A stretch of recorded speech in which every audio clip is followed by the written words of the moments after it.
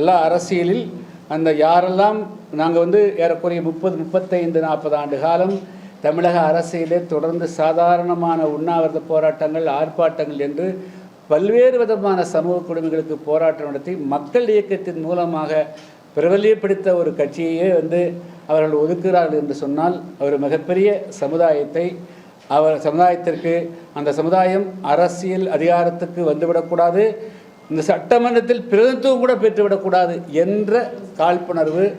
அது இன்னும் சொல்லப்போனால் மேலாதிக்க பண்ணையார் தனம்தான் அது வந்து காரணம் என்று நான் கருதுகிறேன்.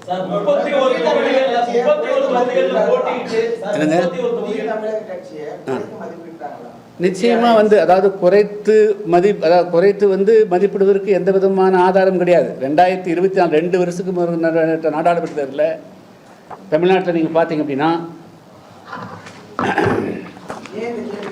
நாங்கள் நீங்கள்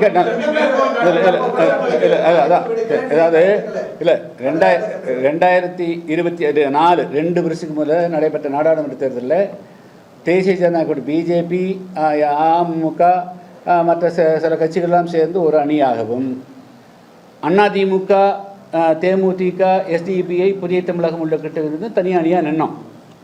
அதில் அதிமுக அணி வந்து கன்னியாகுமரி டிஸ்ட்ரிக்டில் வாங்கின சதவீதம் வந்து 4%,